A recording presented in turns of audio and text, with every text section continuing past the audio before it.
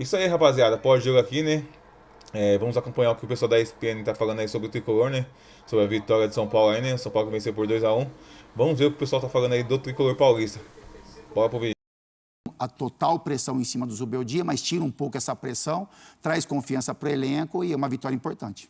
Aliás, vem aí Libertadores, né? Jogo importante, você vai ver com a gente na quarta-feira, Libertad em São Paulo, aqui na ESPN. Aliás, cardápio cheio, todos os times do Rio, os grandes, os 4 na Sul-Americana e lá na Libertadores, Flamengo, Fluminense, Botafogo e Vasco, você vai ver aqui essa semana, só para dar um convitinho aí. São Paulo, então, e Libertad na quarta-feira. Ô, Rodrigo, e por que o São Paulo está cansando no segundo tempo? O que está acontecendo? Porque hoje não levou o empate, mas podia ter levado. E se leva, ia ser um inferno, porque ia ser o 5º jogo, o 5º empate no Brasileirão. E nesses empates, quase sempre o São Paulo saindo na frente. Foi assim contra o Cruzeiro, foi assim contra o Botafogo, na Libertadores foi contra o Aliança. Muita gente já estava comparando o jogo do Aliança, que o São Paulo fez 2-0, parecia que estava resolvido, talvez poderia pintar uma goleada. E o cenário, quando o Santos faz 2-1 lá, começa aquela preocupação. Quando o time começa a ceder muito o resultado assim, cai de desempenho no segundo tempo, normalmente tem 3 explicações, 3 possíveis explicações. Uma é física. O time sente fisicamente, os jogadores cansam e aí acabam cedendo o empate. Outra é psicológico, né? Aquela coisa do time que está desesperado, está lá numa sequência ruim, então perde o controle. Né? E a outra é tática. Muitas vezes, técnicos são cobrados, e o Zubeldia estava sendo cobrado por isso. Recua o time, faz uma alteração.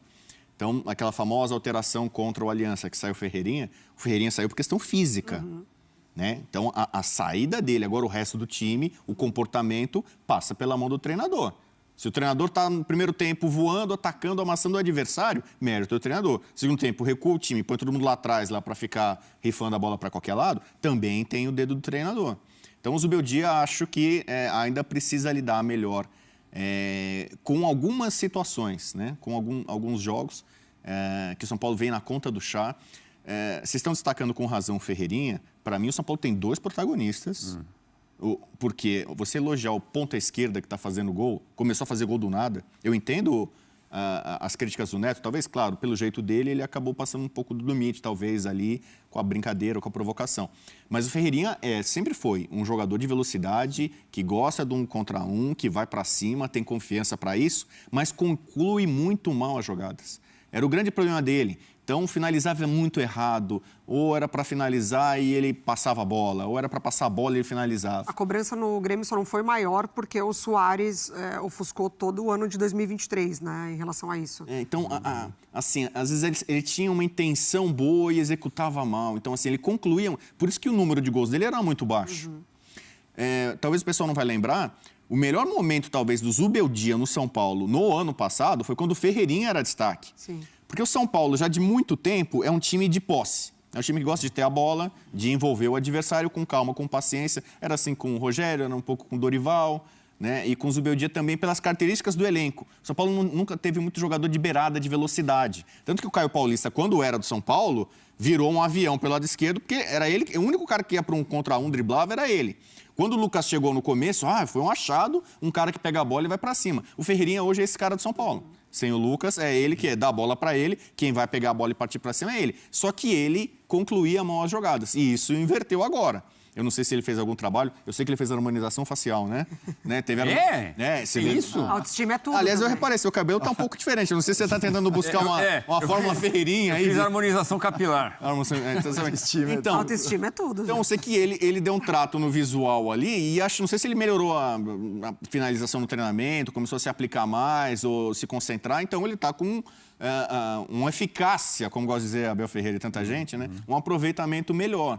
Só que tem um outro cara que está salvando o São Paulo, que é o Rafael. O Rafael fez um gol hoje. O São Paulo ganhou hoje, muito por conta do Rafael. O São Paulo empatou com o Botafogo, muito pelo Rafael. O São Paulo empatou com o Galo, muito pelo Rafael. Quer dizer, o São Paulo está fora da zona do rebaixamento hoje, vamos falar a verdade, muito porque o seu goleiro fez milagres. Assim. Ele já teve bons momentos, mas ele está num momento mágico, encantado. E quando um goleiro é tão exigido... Né? É sinal que tem algum problema no time, as coisas não estão indo muito bem. Mas no primeiro tempo ele não participa tanto, mas no segundo tempo ele tem que salvar o time, é porque alguma coisa está errada. time tem uma boa margem de melhora. E é claro, quando chegarem ou voltarem, né, alguns jogadores importantes, a tendência é que o São Paulo evolua melhore. A gente está falando de Lucas e Oscar, né? São dois jogadores que realmente mudam qualquer time. Mário, eu quero te ouvir sobre os garotos. Você destacou muito bem aí a molecada que era da Copa São Paulo. Engraçado que o Rian Francisco tinha muito espaço também, né? Ficou no banco de reservas, hoje acabou não entrando, né? Mas a gente volta ao tema. Vamos lá para o Morumbi agora, ao vivo, com o repórter Vinícius Nicoletti, para falar do Clássico Sansão. 2-1 para o São Paulo. O Santos, num novo embalo no Campeonato Brasileiro, porque venceu bem o Atlético Mineiro, né? Parece que realmente encontrou ali um caminho, depois da demissão do Caixinha, mas com o César Sampaio no comando, veio com mais garra, com mais vontade.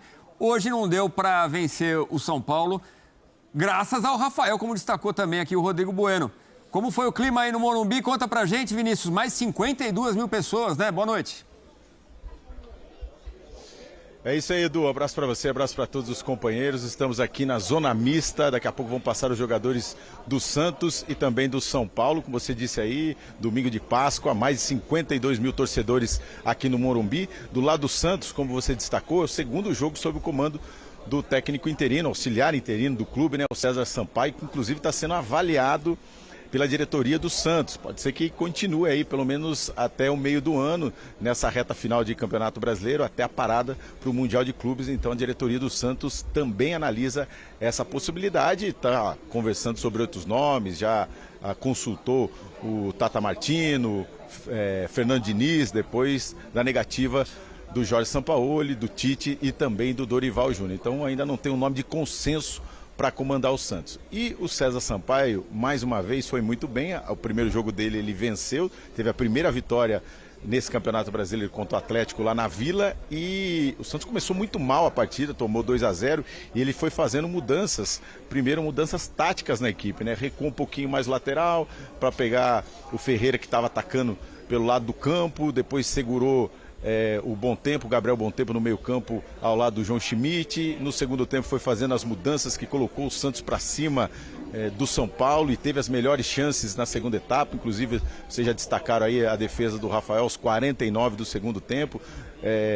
Na sequência teve a cobrança de escanteio que o Tassiano cabeceou para fora. Então o Santos foi para cima no segundo tempo, foi melhor e até merecia o empate. Não saiu esse empate exatamente por conta dessa defesa do Rafael. Então daqui a pouquinho os jogadores passam aqui e a gente espera também a diretoria para posicionar sobre a busca por um novo técnico, né? O Santos, que já divulgou a lesão do Neymar, vai ficar sem o jogador pelos próximos 30 dias pelo menos. Com isso, é bem possível que ele volte só no final de contrato, porque o contrato dele vai até junho desse ano. Se não renovar com o Santos, tem mais 1 ou 2 jogos, mas a ideia da diretoria é renovar com o Neymar. Inclusive, essa contusão pode facilitar a situação, porque como ele está machucado, não vai ter proposta de outro time e o Santos pretende renovar o contrato com o seu camisa 10, seu principal jogador nessa temporada. Então essa é a ideia do Santos. Então, Edu, a gente segue por aqui, aguardando os jogadores e também a diretoria do Santos para saber como anda a busca pelo novo técnico, a avaliação do César Sampaio e também como será o Santos nesses próximos dias sem o Neymar.